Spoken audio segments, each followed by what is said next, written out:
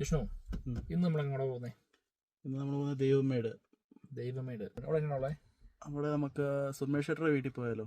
നീ കഴിഞ്ഞ പ്രാവശ്യം പറഞ്ഞില്ലേ സുമേഷേട്ടൻ്റെ അടുത്ത് പോകുന്നു. ആ, അവിടെ പ്രത്യേകത?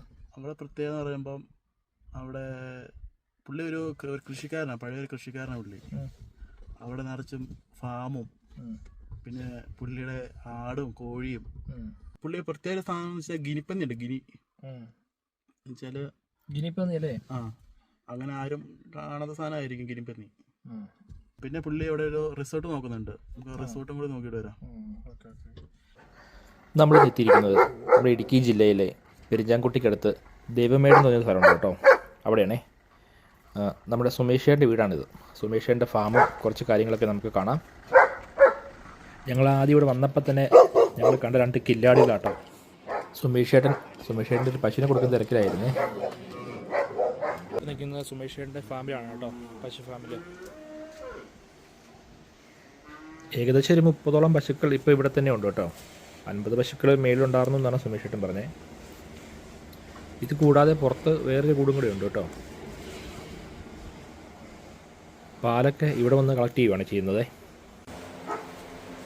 ഒരു ബിസിനസ്സായിട്ട് മാത്രമല്ല, മൃഗങ്ങളോട് വളരെ സ്നേഹമാണ് കേട്ടോ സുമേഷേട്ടന്. ബാക്കിയുള്ള കാര്യങ്ങൾ നമുക്ക് സുമേഷേട്ടനോട് തന്നെ നേരിട്ട് ചോദിക്കാം. നമുക്കിവിടെ എത്ര ഇനം പശുക്കളുണ്ട് സുമേഷേട്ടാ? നമുക്ക് കൂടുതലും എച്ചപ്പ് റോസ, തനി എച്ചപ്പിൽ പശുക്കളില്ല. എച്ചപ്പ് ജേഴ്സി ക്രോസ്, ജേഴ്സി, പിന്നെ 2 ഗിറിൻ്റെ ഉണ്ട്. അത്ര ഐറ്റംസ് ആണല്ലേ? ഇതിനിപ്പം പുല്ലുവെട്ടും പരിപാടികളൊക്കെ? പുല്ലുവെട്ടുന്ന പറഞ്ഞ പരിപാടിയെ നമ്മളില്ല. നമ്മൾ സൈലേജ്, കച്ചി, കേസിന്റെ പെല്ലറ്റ് 3 കൊടുക്കുക. സൈലേജ് കൊടുത്തു കഴിഞ്ഞാൽ നമ്മൾ പുല്ല് കൊടുക്കേണ്ട കാര്യമില്ല. നമ്മൾ ഞാനിപ്പോൾ 3 വർഷമായിട്ട് സൈലേജ് തന്നെ കൊടുക്കുന്നു. പുല്ലെന്ന് പറഞ്ഞ സാധനം കൊടുക്കുന്നില്ല. ഒരു പശുവിന് ഒരു 10 കിലോ തീറ്റ കൊടുക്കണം സൈലേജ്.